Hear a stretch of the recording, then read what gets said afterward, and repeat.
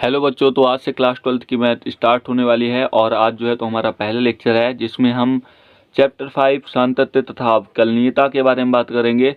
तो फटाफट अपने दोस्तों के साथ शेयर कर दो इस वीडियो को ताकि वो भी इस वीडियो को देख पाएँ और मैथ को सीख पाएँ। तो देखो, हम चैप्टर 5 से शुरुआत इसलिए कर रहे हैं क्योंकि काफ़ी सारे बच्चों को जो है तो कैलकुलस वाला पार्ट क्लास 12th के अंदर काफ़ी टफ लगता है। कैलकुलस के अंदर हमारे समाकलन और अवकलन आते हैं और उनके उपयोग आते हैं, ठीक है ना। तो उनके बारे में हम पहले डिस्कस करेंगे, फिर आगे हम किसी और चैप्टर के बारे में डिस्कस करेंगे। इसलिए सबसे पहले हमने चैप्टर 5 से स्टार्ट किया है। सो हम सातत्य तथा अवकलनीयता के बारे में बात करने वाले हैं आज। लेकिन इससे पहले कि मैं तुम्हें आगे पढ़ाऊँ इस चैप्टर में, मैं तुम्हें एक बार बताना चाहूँगा कि तुम क्लास 12th का जो है तो सीमा वाला पोर्शन जो है और अवकलन वाला पोर्शन एक बार रिविज़न कराओ तो ज़्यादा बेटर रहेगा।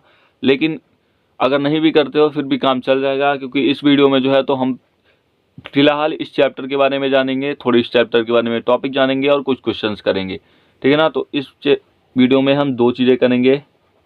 पहली, सीमा के बारे में थोड़ी सी बात करेंगे, दूसरी बात करेंगे संतत फलन के बारे में और फिर कुछ उदाहरण देखेंगे। तो इस वीडियो में सिर्फ हम ये तीन चीज़ करने वाले हैं। इसके बाद जो है तो हम प्रश्नावली में जाएंगे और प्रश्नावली के सारे क्वेश्चंस करेंगे। तो सबसे पहले हम शुरू करते हैं सीमा के साथ। तो देखो, आपने जो है तो 12th में सीमा के बारे में पढ़ा ही होगा कि सीमा कैसे निकालते हैं हम लोग। तो सबसे पहले हम फलन के बारे में बात कर लेते हैं।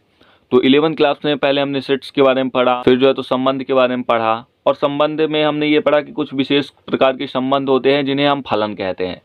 फॉर एग्जाम्पल के लिए अगर हम एक फलन ले लेते हैं f(x) = x+1, ठीक है। तो हम सब जानते हैं कि f(x) को जो है तो बाई हम लिख सकते हैं, तो हम इसको लिख सकते हैं बाई+1। तो अगर हम इसका ग्राफ बनाना चाहें तो उससे हम कैसे बना सकते हैं? तो बच्चों, अगर हम इसका ग्राफ बनाना चाहें तो हम कैसे बना सकते हैं? तो देखो, इसका ग्राफ बनाने के लिए एक बार हम बाई को 0 रखेंगे और एक बार x को 0 रखेंगे, जिससे हमें वैल्यू मिल जाएगी। अगर हम x को 0 रखते हैं तो हमें 2 पॉइंट मिलते हैं, x0 और बाई1। और अगर हम बाई को 0 रखते हैं तो हमें 2 पॉइंट मिलते हैं, -1 और 0। तो इसी को देखते हुए हम एक ग्राफ बना लेते हैं इसमें, ठीक है। तो पहले बाई वाली लाइन खींच लेते हैं और ये एक्स वाली लाइन हो गई। तो ये हो गया हमारा बाई, ये हो गया हमारा एक्स। बाई को हम लिख सकते हैं f(x) = x+1 भी, ठीक है ना।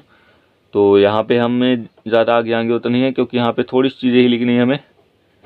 तो 1 2, तो हमारी रेखा कहाँ से जा रही है? 0 और 1 से, और -1 और 0 से। तो यानी कि हमें जो है तो ये हो गया हमारा ग्राफ बाई बराबर x+1 का। तो अब हम इसमें जो है तो एक पर्टिकुलर पॉइंट एक के बारे में बात करने वाले हैं, यानी कि हम सिर्फ इस पॉइंट के बारे में बात करने वाले हैं। अगर आप ध्यान दो तो अगर इस फलन में हम x की वैल्यू 1 रखते हैं तो हमें एक फिक्स वैल्यू मिल रही है 2, ठीक है ना। अगर हम इस फंक्शन में x की वैल्यू 1 रख रहे हैं तो हमें फिक्स वैल्यू मिल रही है 2। तो हम सिर्फ इस पर्टिकुलर बिंदु 1 के बारे में बात करने वाले हैं। तो देखते हैं, सबसे पहले हम थोड़ा सा इस साइड से, लेफ्ट साइड से हम 1 की तरफ जाने की कोशिश करते हैं। 0 से 1 के बीच में जो है तो हम 1 की तरफ जाने की कोशिश करते हैं, 1 के नज़दीक जाने की कोशिश करते हैं, ठीक है ना। तो अगर हम इधर से 1 के नज़दीक जाते हैं, क्योंकि यहाँ पे मैं नॉर्मल सीमा के बारे में बता रहा हूँ, ज़्यादा डिटेल में नहीं जाऊँगा क्योंकि आपने ऑलरेडी 11th क्लास में पढ़ रखा है। तो यहाँ पे हम एक चार्ट बना लेते हैं जिससे आपको समझने में ईजी होगा। तो अगर हम 1 के नज़दीक जाते हैं तो हम 0.9, ठीक है ना, एक से थोड़ी सी कम वैल्यू लेते हैं। सीधा सा आप ये समझो कि 1 से थोड़ी सी कम वैल्यू लेते हैं। तो हम 1 से थोड़ी कम वैल्यू लेते हैं तो हमें क्या मिलेगा? 0.9। तो अगर हम 0.9 यहाँ रखते हैं तो हमें ऐड करने पे 1.9 मिलेगा। और अगर x से हम थोड़ी सी और कम वैल्यू लें या फिर हम इधर से x के थोड़ी और नज़दीक जाएं तो हम कौन सी वैल्यू ले सकते हैं? तुम कमेंट करके बताओ। तो हम यहाँ पे ले सकते हैं 0.99। हम यहाँ पे 1 के और नज़दीक आ गए और हमने x से थोड़ी सी कम वैल्यू ली हुई है, तो अगर हम इसको ऐड करते हैं तो 1.99 आ जाएगा, ठीक है। अगर हम थोड़ा और जो है तो नज़दीक जाएँ 1 के, तो हमें क्या वैल्यू मिलती है? 0.999, और हमें ये या इस फलन में रखने पे 1.99 वैल्यू मिलती है। अब अगर आप इसे ध्यान से देखो तो इसमें जो है तो तुम्हें एक चीज़ दिख रही होगी कि अगर हम जितना ही 1 के नज़दीक जा रहे हैं, ठीक है ना। हम जितना ही 1 के नज़दीक जा रहे हैं उतना ही बाई की वैल्यू जो है तो 2 के नज़दीक जा रही है। ध्यान से देखो तो 1.9 जो है तो 2 के ज़्यादा नज़दीक है, फिर उससे ज़्यादा नज़दीक ये है, फिर उससे नज़दीक ये है। तो इससे मतलब कि जितना वैल्यू हम इधर 1 की तरफ जा रहे हैं उतना ही इसकी वैल्यू जो है तो 2 की तरफ जा रही है। ठीक है ना, मतलब फलन की वैल्यू जो है तो 2 की तरफ जा रही है। तो इसे ही जो है तो हम एक तरह से आप जो है तो लेफ्ट हैंड लिमिट कहते हैं। तो इसे मैं लिख देता हूं कि इसको कैसे, जैसे x का मान जैसे जैसे 1 की तरफ जा रहा है वैसे ही बाई का मान 2 की तरफ जा रहा है।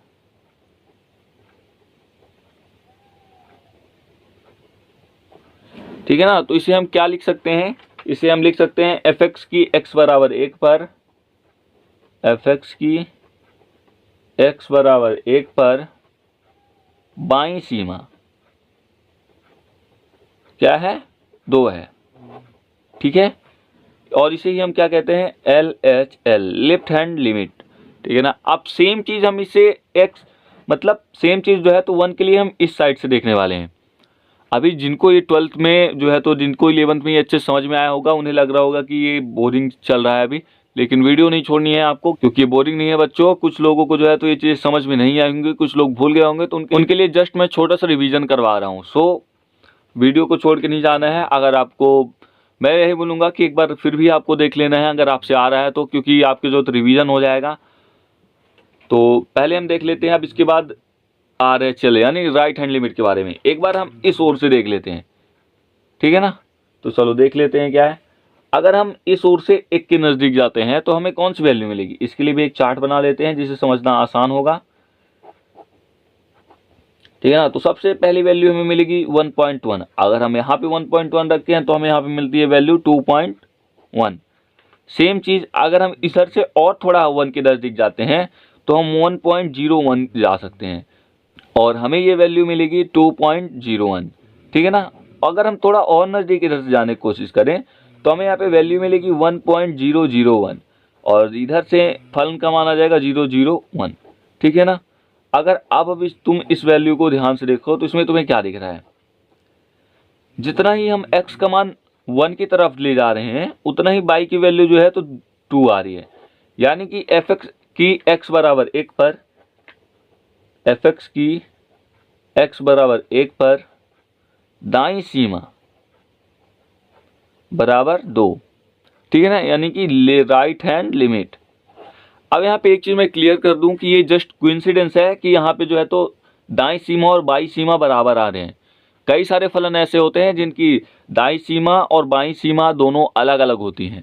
ठीक है, उनके बारे में भी हम 11th में अच्छे से बात कर चुके हैं। सो हम इस वीडियो में उनके बारे में डिस्कस नहीं करने वाले हैं। और एक चीज़ और मैं क्लियर कर दूं, वो तो मैं सातत्यता की शर्त में तुम्हें बता दूंगा कि वो चीज़ें क्या हैं। ठीक है ना, तो आगे मैं वो बताऊंगा।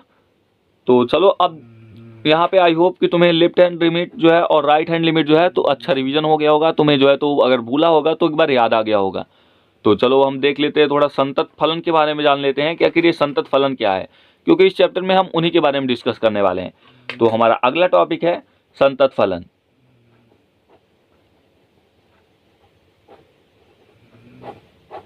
ठीक है, तो संतत फलन क्या होते हैं, तो देखो मैं तुम्हें एक नॉर्मल सी चीज़ बताता हूँ। ऐसे ग्राफ जिन्हें बनाने के लिए हमें अपनी पेन उठाने की जरूरत नहीं पड़ती है कॉपी से, उन्हें हम संतत फलन कहते हैं। फॉर एग्जाम्पल के लिए मैं तुम्हें बता दूँ y=x², ये जो है इसका ग्राफ जो है तो एक संतत फलन है।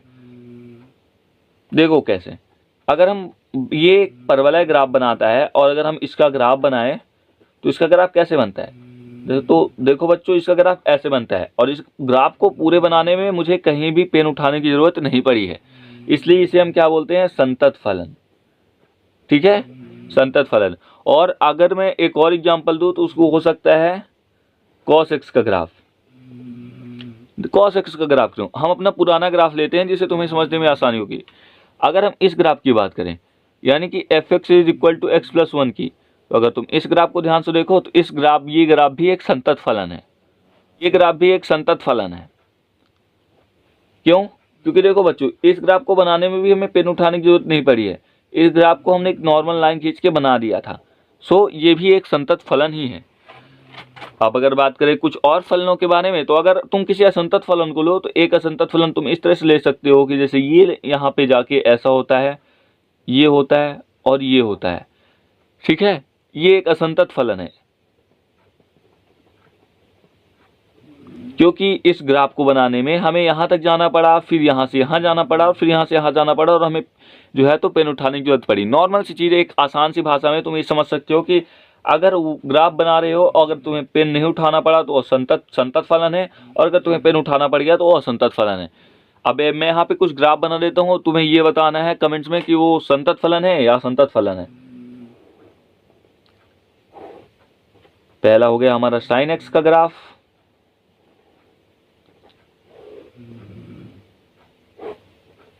दूसरा हो गया कॉस एक्स का ग्राफ।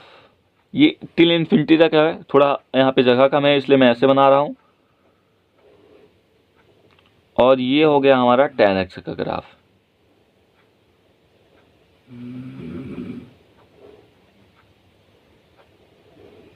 थोड़ा tan एक्स का ग्राफ उतना अच्छे से नहीं बना है बच्चों जल्दी जल्दी में, तो आपको उतना ध्यान नहीं देना है।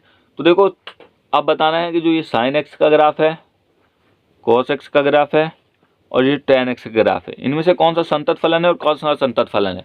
तो तुम्हें कमेंट्स बताना है वीडियो पॉज करके। तो चलो मैं बता देता हूँ।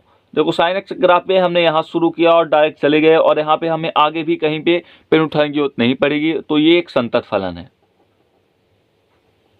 सेम चीज कॉस एक्स के ग्राफ में भी है। कॉस एक्स का ग्राफ जो है तो भी एक संतत फलन है। और अगर बात करें tan एक्स के ग्राफ की, तो देखो tan एक्स का ग्राफ ऐसे जाता है, फिर यहाँ पे छोड़ के ऐसे जाता है, तो ये एक असंतत फलन है, क्योंकि इसमें हमें जो है तो पेन उठाने की जरूरत पड़ चुकी है, तो ये एक असंतत फलन होगा। आई होप कि तुम सबने एक सही आंसर दिया होगा संतत फलन और असंतत फलन में, कि इन तीनों में से कौन सा संतत फलन है और कौन सा असंतत फलन है। ठीक है, और उम्मीद करता हूं कि तुम सभी को अच्छे से समझ में आ गया होगा। तो चलो अब हम आगे देख लेते हैं। तो देखो, अब जो है तो तुम ग्राफ से जो है तो समझ जाओगे कि कौन सा फलन संतत है और कौन सा फलन असंतत है। लेकिन अगर वो कोई इक्वेशन में आ गया, मैथमेटिकल फंक्शन में आ गया, तो तुम उसे कैसे पहचानोगे। तो देखो, इसके लिए जो है तो सातत्य की कुछ शर्तें हैं, अगर तुम उन्हें याद कर लोगे तो तुम इजीली पता कर पाओगे कौन सा फलन संतत फलन है और कौन सा फलन संतत फलन नहीं है। तो देखो, किसी भी फलन को संतत बताने के लिए सबसे पहली जरूरी चीज होती है कि उस फलन की सीमा जो है तो बराबर होनी चाहिए। जैसे फलन की सीमा जो है तो बराबर होनी चाहिए। अब वो कैसे, यहाँ पे मेरा कहने का मतलब है कि LHL is equal to RHL होनी चाहिए, यानी कि उसकी लेफ्ट हैंड लिमिट जो है तो राइट हैंड लिमिट की इक्वल होनी चाहिए, जैसा कि इस फलन में था। जैसा कि हमने इस फलन में देखा था, इस फलन में लेफ्ट हैंड लिमिट और राइट हैंड लिमिट दोनों 2 आ रही थी, यानी कि इस फलन को हम संतत फलन कह सकते हैं। लेकिन अभी भी ये पूरी बात नहीं है, क्योंकि इस फलन को एक और कंडीशन लगती है जिसके बाद ये संतत फलन कहलाता है। अब वो ये है कि उस पर्टिकुलर बिंदु पर जिसमें हम देख रहे हैं, जिसमें हम फलन के बारे में बात कर रहे हैं, उस फलन के अंदर left hand limit, right hand limit और उस पर्टिकुलर बिंदु को रखने पर फलन का मान सेम आना चाहिए। यानी कि अगर हम फलन, अगर मैं तुम्हें लिख के बताता हूं, फलन f(x) x बराबर a पर संतत होगा यदि LHL is equal to RHL is equal to FA। यानी कि जिस बिंदु पर हम बात कर रहे हैं उस बिंदु को का मान जो है तो फलन में लिखने पर वो LHL और RHL के बराबर आना चाहिए, तब हमारा फलन संतत फलन होगा। यही सातत्यता की शर्त है।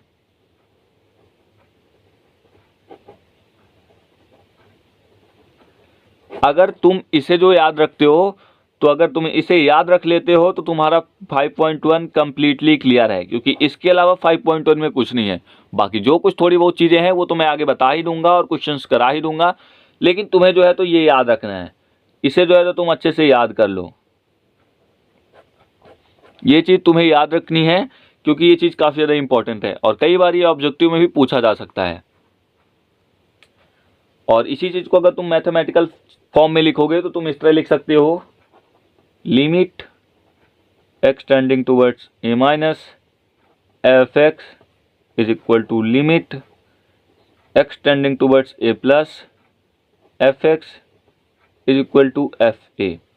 ठीक है, अब तुम्हें तो ये मालूम होगा कि जहाँ LHL होती है यानी कि लेफ्ट हैंड लिमिट के लिए माइनस का निशान लगाते हैं और राइट हैंड लिमिट के लिए यहाँ पे प्लस का निशान लगाते हैं, क्योंकि इसमें हम जस्ट थोड़ा सा कम लेते हैं उस चीज़ से, ए से जस्ट थोड़ा सा कम, इसका मतलब हो गया, और इसका मतलब हो गया यानी कि जो भी लिमिट है जहाँ हम भी जा रहे हैं उस ओर से थोड़ा ज़्यादा, यानी कि ए से थोड़ा सा ज़्यादा और ए से थोड़ा सा कम। ठीक है, तो इसे हम इस तरह से भी लिख सकते हैं। अगर कहीं भी ये चीज़ लिखी दिख जाए तो इसका मतलब ये नहीं है कि ये और ये अलग है। ठीक है ना।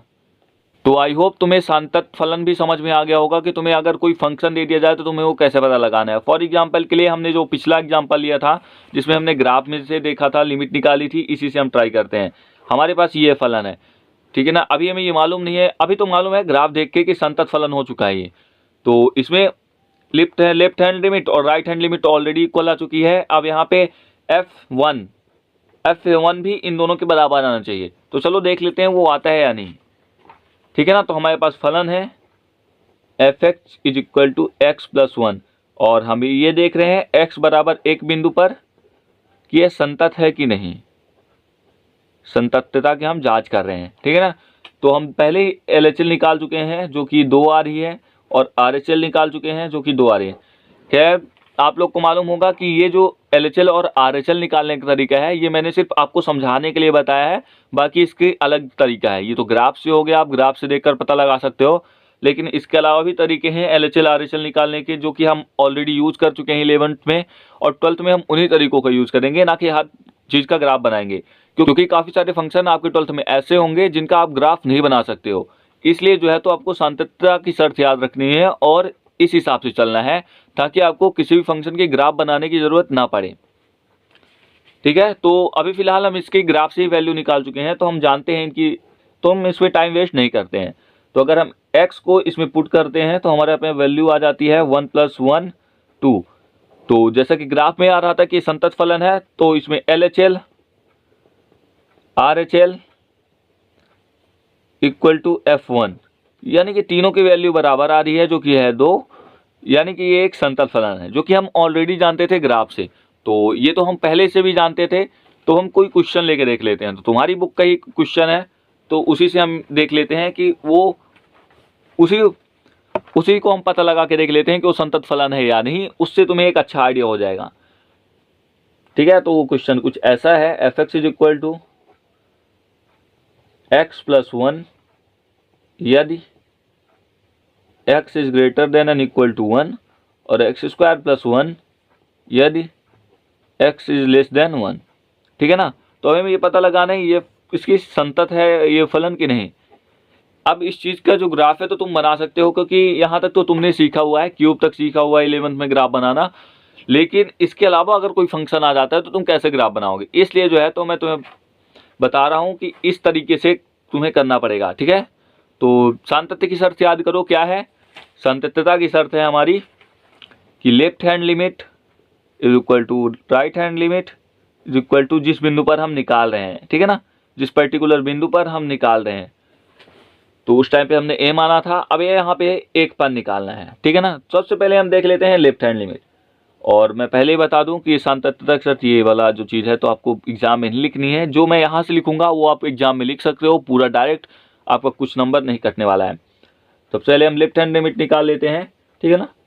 तो limit x 1 minus f x, अब यहाँ पे माना x बराबर 1 माइनस h, जहाँ h टेंडिंग टूवर्ड्स 0 है। ठीक है। अब ये चीज़ जो है तो आपकी समझ में आ ही गई होगी, क्योंकि आपका 11th में ऑलरेडी कर चुके हो। तो जिसके नहीं समझ में आ रही मैं आपसे बता दूं कि यानी कि एक से थोड़ा सा कम, एक में अगर हम बहुत थोड़ी सी वैल्यू घटा देंगे तो वो एक से थोड़ी सी कम वैल्यू आ जाएगी, यानी x की एक के थोड़ी सी कम वैल्यू आ जाएगी, सो x के नज़दीक पहुंच जाएंगे। जैसे कि h इतना कम है कि वो 0 की ओर जा रहा है, समझ रहे हो ना, कि x की वैल्यू इतनी कम है कि वो 0 है लगभग। तो x मतलब 1 में अगर हम इतना घटाएंगे तो कितनी वैल्यू घटेगी, यानी कि x से हमें थोड़ा सा कम लेना है। लेफ्ट हैंड लिमिट के लिए x से थोड़ा सा कम, यानी कि x से हम थोड़ी सी वैल्यू घटा देंगे तो हमें x से थोड़ा सा कम मिल जाएगा। अब h इतनी छोटी वैल्यू है कि वो 0 जितनी है। ठीक है। तो हम यहाँ पे उसका मान रख देते हैं। तो F1 माइनस एच, और सॉरी F1 माइनस एच होगा। तो अब यहाँ पे हमने लिमिट भी चेंज कर दी है, क्योंकि हम जब बात यहाँ पे h की कर रहे हैं तो हम यहाँ पे लिमिट भी h की ही लगाएंगे कि h जो है तो 0 की तरफ जा रहा है। ठीक है, तो अब हम देख लेते हैं कि अब हमें, क्योंकि हमें यहाँ पे लेफ्ट हैंड लिमिट की बात करनी है, यानी कि वो वैल्यू जो कि 1 से कम हो, 1 से थोड़ी सी कम। तो यहाँ पे ऐसी कौन सी वैल्यू है जो 1 से कम है, तो हमें ये वाला फंक्शन का यूज करना है, क्योंकि हमें यहाँ 2 फंक्शन दिए हुए हैं, तो हम इस वाले फंक्शन का यूज करेंगे। ठीक है, आप ये ऑलरेडी 11th में जानते होंगे, क्योंकि इस 12th में जो है तो आपके 5.1 में काफ़ी सारी चीज़ें 11th से रिलेटेड होने वाली हैं। ठीक है, इसीलिए मैं बोल रहा था कि आप 11th का एक बार टॉपिक रिवाइज कर लो, क्योंकि मैं यहाँ पे सीमा तो बता सकता हूँ लेकिन पूरे 11th का टॉपिक रिवाइज नहीं करा सकता हूँ, क्योंकि हम यहाँ पे 12th की बात कर रहे हैं। ठीक है ना, तो अब हम अगर इस फंक्शन में इसकी वैल्यू रखते हैं तो लिमिट x टेंड टुवर्ड्स 0, तो एक्स स्क्वायर, ठीक है ना, तो 1 माइनस एच स्क्वायर प्लस 1 हो जाएगा। अब यहाँ पे h की वैल्यू डायरेक्ट रख दो और हमें मिलेगा 1 प्लस 1, तो जिससे हमें मिल गया 2, यानी कि हमें लेफ्ट हैंड लिमिट की वैल्यू जो है तो 2 मिल चुकी है। ठीक है, अब आगे देखते हैं। अब हम निकाल लेते हैं right hand limit. Right hand limit के लिए हमें सेम चीज करना है, ठीक है ना, लेकिन यहाँ पे प्लस का निशान रहेगा और हम राइट हैंड लिमिट के लिए थोड़ा आगे का लेंगे। ठीक है, तो हम यहाँ पे लिख देते हैं, माना x बराबर 1 प्लस एच, जहाँ h जो है तो टेंडिंग टुवर्ड्स 0 है, यानी कि एक से हम इतनी थोड़ी सी वैल्यू, यानी कि एक में हम इतनी थोड़ी सी वैल्यू प्लस कर रहे हैं कि वो एक से थोड़ा सा ज़्यादा हो जाए, जैसा कि हमने इसमें किया था। तो हमने इसमें ग्राफ से देखते हुए किया था कि अगर हम ये वैल्यू लेते हैं तो क्या आता है, और हमने यहाँ पे विदाउट ग्राफ के कर रहे हैं। ठीक है, तो अगर हम यहाँ पे देखें तो एक से बड़ी वैल्यू कौन सी है यहाँ पे, तो x है। ठीक है, तो चलो आगे हम कर लेते हैं इस क्वेश्चन को। लिमिट जो है तो h टेंडिंग टुवर्ड्स 0 प्लस यहाँ पे हमारा आ जाएगा f(1 plus h), f(1 plus h). तो अगर हम देखें तो हमें यहाँ पे कौन सा फंक्शन लेना है जो कि 1 से बड़ा हो, तो यहाँ पे x की वैल्यू जो है तो 1 से बड़ी है, यानी कि हमें यहाँ ये फंक्शन लेना है। तो ले लेते हैं limit x tending towards 0 1 plus h plus 1। यहाँ पे x की जगह जो है तो हमने 1 प्लस h कर दिया है, जैसे कि हमने यहाँ पे x स्क्वायर की जगह 1 माइनस एच स्क्वायर कर दिया था। तो अब अगर इसकी वैल्यू देखेंगे तो अगर हम यहाँ पे 0 पुट करेंगे तो वहाँ पे भी इसकी वैल्यू भी आ जाएगी 2, यानी कि हमारे पास राइट हैंड लिमिट की वैल्यू भी 2 आ चुकी है। यहाँ पे इसने तो हमारी 2 कंडीशंस को फुलफिल कर दी है, यानी कि पहली कंडीशन जो है फुलफिल हो चुकी है कि लेफ्ट हैंड लिमिट और राइट हैंड लिमिट बराबर आ चुकी है, और हमने 2 कंडीशन निकाल ली है, यानी कि पहली कंडीशन क्लियरली हमने निकाल ली है। अब बारी है इस पर्टिकुलर बिंदु पर निकालने की। अगर वो भी बराबर आ जाता है तो इसका मतलब ये फलन संतत है। अब क्योंकि मुझे यहीं पे बात करनी है इसलिए मैं यहीं पे लिख रहा हूँ, आई होप कि तुम्हें यहाँ पे दिख रहा होगा। तो देख लेते हैं, हम यहीं पे निकाल लेते हैं, ठीक है ना। तो इसको मैं दूसरी पेन से निकाल देता हूँ ताकि आपको क्लियर समझ में आए। है इसी क्वेश्चन का पार्ट। अगर आपको एग्जाम में लिखना है तो आप पहले लेफ्ट हैंड लिमिट की वैल्यू निकालोगे, फिर राइट हैंड लिमिट की वैल्यू निकालोगे, फिर आप उसके नीचे जो है तो उस पर्टिकुलर बिंदु पर वैल्यू निकालोगे। चलो मैं दूसरे पेज में ही निकाल लेता हूँ, बस इसको हम सामने रखते हैं अपने। तो यहाँ पे मैं दूसरे पेज में इसकी वैल्यू निकाल देता हूँ। तो अगर हम बात करें f(x) की, ठीक है ना, तो f(1) हम यहाँ पे किस पॉइंट पर बात कर रहे हैं, मैंने तुम्हें बताया था कि हम यहाँ पे पॉइंट 1 की बात कर रहे हैं। तो मैंने तुम्हें बताया था कि जिस पर्टिकुलर बिंदु पर हम निकालेंगे उसको अगर हम फलन में पुट करें तो उसकी वैल्यू लेफ्ट हैंड लिमिट और राइट हैंड लिमिट के बराबर आनी चाहिए। सो अब हम वही चेक करने वाले हैं। तो चलो देख लेते हैं कि हमें 1 रखने पर क्या मिलता है। तो अब यहाँ पे तुम्हें ये डिसाइड करना है कि हम यहाँ पे कौन सा फलन लेंगे। तो यहाँ पे देखो, अगर तुम इस फलन को देखो तो ये जो है तो इसमें जो x की वैल्यू है वो 1 से छोटी है, लेकिन इस फलन में x की वैल्यू जो है तो 1 से बड़ी है और इक्वल भी है। क्वेश्चन में जो वैल्यू है वो x से बड़ी और इक्वल भी है, यानी कि x के बराबर वाली जो फलन है वो ये वाली है। तो हम इस फलन को लेंगे, तो यहाँ पे आ जाएगा x प्लस 1, ठीक है ना। अभी f(x) की बात कर रहे हैं, तो f(1) अगर लेंगे हम तो यहाँ पे 1 प्लस 1 इज इक्वल टू 2। यहाँ पे हमारे उस पर्टिकुलर बिंदु 1 पर भी वैल्यू जो है तो 2 आ चुकी है, यानी कि हमारी यहाँ पे लेफ्ट हैंड लिमिट और राइट हैंड लिमिट और उस पर्टिकुलर बिंदु यानी 1 पर जहां हम फलन का मान निकाल रहे हैं, जहां हम उसकी सीमा निकाले हैं, उसकी वैल्यू सेम आ चुकी है, यानी कि ये फलन जो संतत फलन है। तो हम यहाँ पे लिख सकते हैं, अतः यह फलन संतत फलन है। ठीक है ना। तो आपको मात्र इतना ही करना है, और इतने करने से अगर आपकी ये तीनों वैल्यू सातत्यता की शर्त को ये फॉलो कर लेता है तो इसका मतलब एक संतत फलन है। आपको ग्राफ बनाने की बिल्कुल भी जरूरत नहीं है, बस इसमें इतना ही करना था। तो हमने ये क्वेश्चन जो है तो आप ही की बुक से लिया है, और वो क्वेश्चन नंबर मेरे को याद नहीं था इसलिए मैंने यहाँ पे लिखा नहीं, और ये क्वेश्चन हमने लगा लिया है। इस एक क्वेश्चन से सेम टू सेम जो है तो आप 5.1 को कंप्लीट कर सकते हो, क्योंकि और बाकी कोई भी इसमें नया कॉन्सेप्ट नहीं है, पूरा इसी कॉन्सेप्ट पर बेस्ड है, सातत्यता के ऊपर कि कौन सा फलन संतत है, कौन सा फलन संतत नहीं है। इसके अलावा कुछ और टॉपिक होगा तो मैं आगे बताऊंगा ही। इस वीडियो में बस इतना ही। इस वीडियो में सिर्फ हमने थोड़ा कॉन्सेप्ट के बारे में जाना और एक क्वेश्चन किया, जिससे आप जो है तो बाकी क्वेश्चन खुद से लगा पाओ, और अगर नहीं बनते हैं तो जल्दी नेक्स्ट क्लास अपलोड होगी, तो तुम उसमें देख सकते हो। तो चलो देख लेते हैं सबसे पहले हम कि आखिर हमने इसमें किया क्या था। सवाल में एक बार अच्छे से देख लेते हैं रिवीजन से। तो देखो यहाँ पे लेफ्ट हैंड लिमिट जो है तो तुम ऑलरेडी 11th में निकालना सीख चुके हो, और राइट हैंड लिमिट भी तुम 11th में निकालते ही थे। 11th में लेफ्ट हैंड लिमिट और राइट हैंड लिमिट निकालते थे, जिससे तुम्हें फलन के अस्तित्व का पता चल रहा था। लेकिन यहाँ पे 12th में नई चीज क्या है कि तुम्हें उस पर्टिकुलर बिंदु पर जो है तो फलन का मान निकालना है, जिससे यह पता चल जाए कि संतत फलन है या नहीं। तो सातत्यता की शर्त याद रखनी है, ठीक है। सातत्यता की शर्त तुम्हें अच्छे से याद रखनी है, ताकि तुम्हें जो है तो कोई किसी भी क्वेश्चन को करने में दिक्कत ना हो। और तुम चैनल को सब्सक्राइब करके वीडियो को लाइक कर दो, और अपने दोस्तों के साथ भी शेयर कर दो, ताकि वो भी इस वीडियो को देख पाए और उनसे भी 5.1 प्रश्नावली बनने लगे। तो जल्दी हम 5.1 के बाकी क्वेश्चंस को भी करेंगे। सो चैनल को सब्सक्राइब कर लो ताकि वीडियो को तुम मिस ना कर पाओ। मिलते हैं नेक्स्ट वीडियो में। Thank you so much.